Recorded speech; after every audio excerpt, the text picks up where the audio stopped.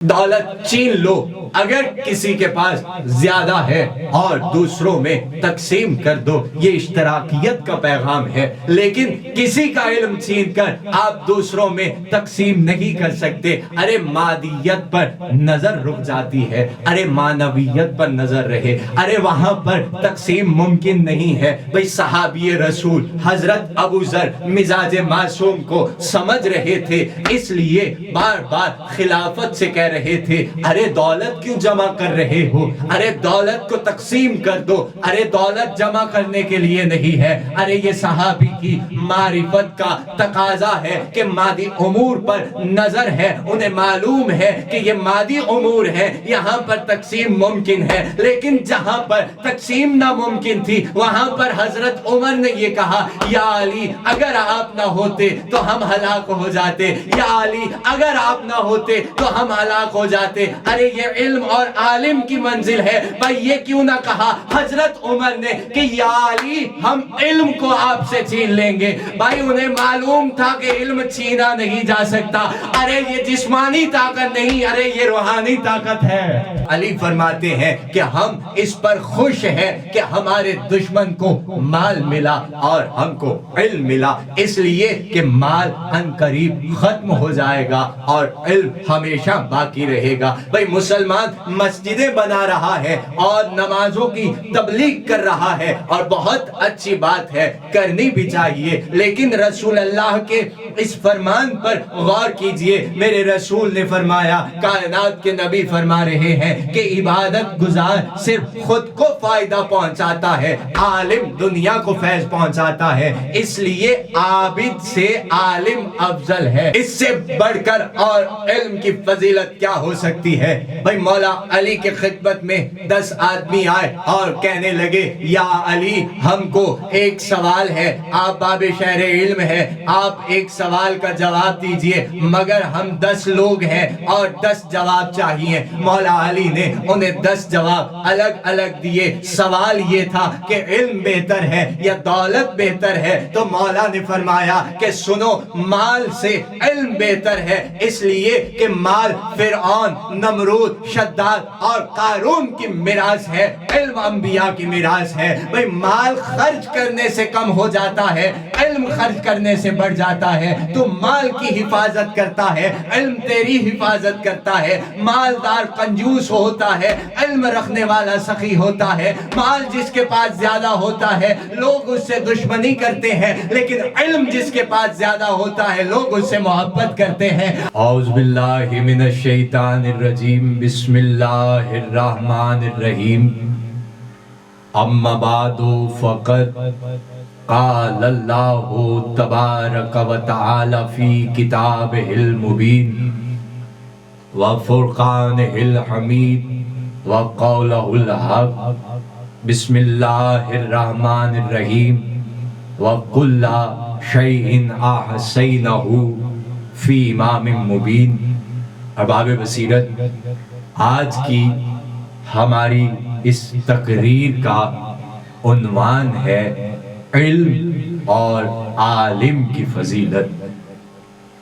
اس عنوان کے تحت جس آیت کو ہم نے تلاوت کرنے کا شرف حاصل کیا وہ آیت سورہ یاسین کی آیت ہے اور آیت نمبر ہے 12، جس میں خدائے کریم یہ ارشاد فرما رہا ہے وَكُلَّ شَيْءٍ أَحْصَيْنَاهُ فِي إِمَامٍ مُبِينٍ، کہ ہم نے ہر چیز کے علم کا احاطہ امام مبین میں کر رکھا ہے، اور وہ روشن مرتبے والا امام ہے۔ ارباب بصیرت، آپ کو رسول اللہ کا وہ واقعہ تو یاد ہوگا، اکثر علماء، واعظین اور خطبہ بیان کرتے رہتے ہیں کہ رسول اللہ مسجد نبوی میں تشریف فرما تھے کہ ایک سائل نے یہ سوال کر دیا کہ یا رسول اللہ یہ بتائیے امام مبین کیا ہے؟ کائنات کے نبی نے فرمایا انتظار کرو، ابھی بتاتے ہیں امام مبین کیا ہے۔ ارباب بصیرت، انتظار ہونے لگا، سب رسول اللہ کے چہرے کی طرف دیکھ رہے ہیں اور کائنات کے نبی مسجد نبوی کے دروازے کی طرف دیکھ رہے ہیں، اور سب اس انتظار میں ہے کہ رسول کب بتائیں گے امام مبین کیا ہے۔ چند لمحے گزرے کہ میرے مولا علی نے پہلا قدم مسجد نبوی میں رکھا، رسول اللہ کے چہرے پر جلال اور محبت آئی اور فرمایا ایھا الناس، اے لوگوں دیکھ لو وہ علی امام مبین ہے۔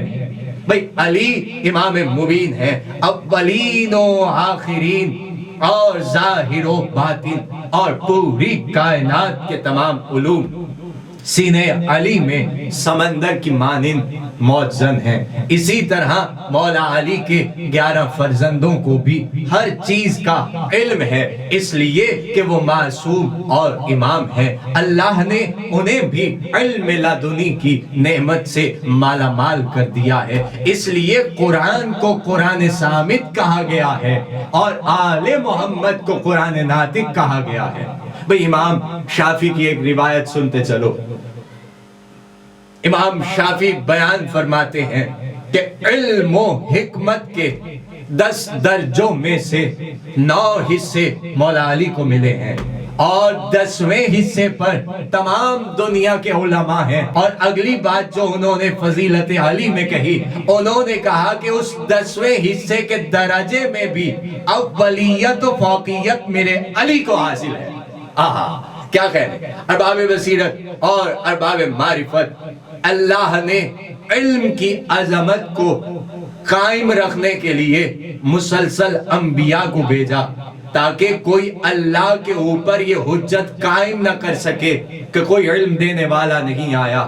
اللہ نے ہر نبی کو، آدم کو، نوح کو، ابراہیم کو، موسیٰ کو، داؤد کو، سلیمان کو، یعقوب کو، یوسف کو، عیسیٰ کو، ہر نبی کو اللہ نے علم عطا کیا، اور ختمیہ مرتبت کے لیے خصوصی طور پر یہ ارشاد فرمایا کہ اے میرے حبیب، ہم نے اپنے خزانہ علم سے آپ کو سرفراز کیا ہے، اور اس بات کی شہادت ملائکہ دے رہے ہیں اور اللہ بھی گواہی دے رہا ہے، اور شہادت کے لیے اللہ کافی ہے۔ بھئی نزول علم الہی کا ایک سلسلہ ہے جس سے تمام انبیاء مستفید ہوتے رہے۔ اے حبیب، ہم نے وہی علم آپ کو عطا کر دیا، اور اگر علم رسالت کا کوئی انکار کرے، بھئی اگر علم رسالت کو کوئی نہ مانے، تو پھر اللہ یہ کہہ رہا ہے اے میرے حبیب، تو پھر 2 گواہ ہوں گے، ایک اللہ گواہی کے لیے ہے اور دوسرا وہ جس کے پاس کتاب کا علم ہے۔ بھئی یہ 2 گواہ کافی ہیں اور دونوں کی کوئی نظیر نہیں ہے۔ بھئی کتاب بھی معجزہ، کتاب کا علم رکھنے والا بھی معجزہ۔ بھئی اللہ ہم کو سمجھانا یہ چاہتا ہے کہ جب ہم اپنے حبیب کو کچھ عطا کر دیں وہ نعمت ہے۔ بھئی ہم نے اپنے رسول کو علم عطا کر دیا، اب کوئی چھین نہیں سکتا۔ اللہ جس کو جو چیز عطا کر دے پھر کوئی چھین نہیں سکتا۔ بھئی زمین کے حصے چھین لو لیکن دنیا کی کوئی طاقت علم کو آل محمد سے نہیں چھین سکتی۔ بھئی فدق دنیا نے چھین لیا لیکن رسول اللہ نے فاطمہ زہرا کو فدق دیا تھا، قیامت تک فدق فاطمہ سے منسوب رہے گا۔ علم کو آل محمد سے کوئی نہیں چھین سکتا۔ علم کی یہ عظمت ہے کہ علم سے انسان پہچانا جاتا ہے، انسان کا تعارف علم سے ہوتا ہے کہ کس درجے کا انسان ہے۔ علم حق اور باطل میں تمیز کرتا ہے۔ بھائی دولت چھین لو، اگر کسی کے پاس زیادہ ہے اور دوسروں میں تقسیم کر دو، یہ اشتراکیت کا پیغام ہے۔ لیکن کسی کا علم چھین کر آپ دوسروں میں تقسیم نہیں کر سکتے۔ ارے مادیت پر نظر رک جاتی ہے، ارے معنویت پر نظر رہے، ارے وہاں پر تقسیم ممکن نہیں ہے۔ بھئی صحابی